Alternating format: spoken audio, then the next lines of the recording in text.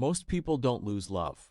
They lose clarity, because what feels like love in the beginning can slowly turn into something else, something quieter, more desperate, more consuming. And by the time you notice it, you're already emotionally invested in a story you can't easily walk away from. So the real question isn't, do they love me? But what am I actually feeling right now? Love or attachment? At first glance, both feel identical. Both can make you think about someone constantly, feel excited when they text, anxious when they don't, and prioritize them above yourself. But beneath the surface, they are completely different.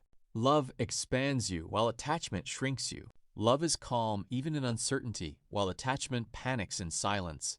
Love says, I want you in my life, while attachment says, I need you in my life to feel okay. And that difference changes everything. One of the clearest signs of attachment is emotional dependence, where your stability starts depending on someone else's behavior. So if they are warm, you feel valuable, and if they are distant, you feel worthless, meaning your emotional state gets outsourced and you stop seeing the relationship clearly because you're too busy trying to regulate yourself through them. While love doesn't do that, it allows space without distortion, doesn't collapse into anxiety when things are quiet. Attachment often feels stronger than love because it is fueled by fear of losing someone, being alone, not finding better, or starting over. And fear creates intensity. But intensity is not depth. Just because something hurts more doesn't mean it is more meaningful. In attachment, you also start negotiating your standards, tolerating inconsistency, staying in emotional confusion, and clinging to potential instead of reality. While love is grounded in reality and doesn't need to exaggerate someone's potential to justify staying, attachment also slowly erases your identity as your routines shift, goals fade, and your world narrows around one person. While love doesn't erase you, it develops you, adding to your identity instead of replacing it. Attachment itself isn't evil, it's human. But when it goes unrecognized, it leads you to make decisions from fear instead of clarity. So to tell the difference in real time, ask yourself, do I feel at peace or emotionally unstable most of the time?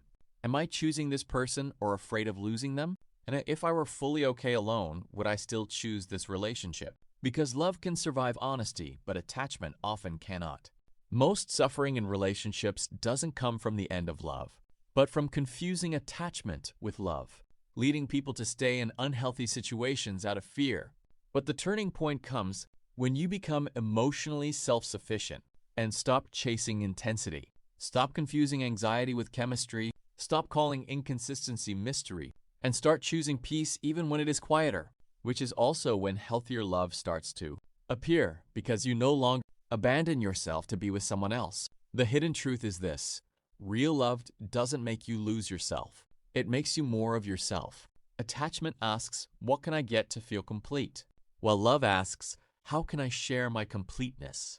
One is rooted in lack, the other in wholeness.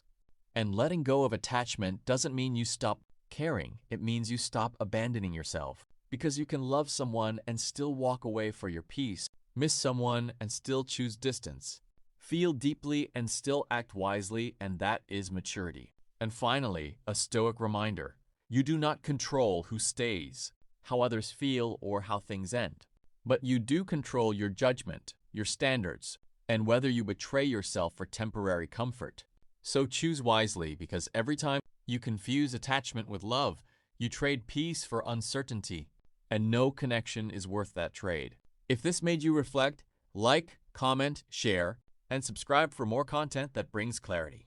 And remember this stoic truth: peace is not found in holding on tighter, but in knowing when to let go, not out of anger, but out of self-respect.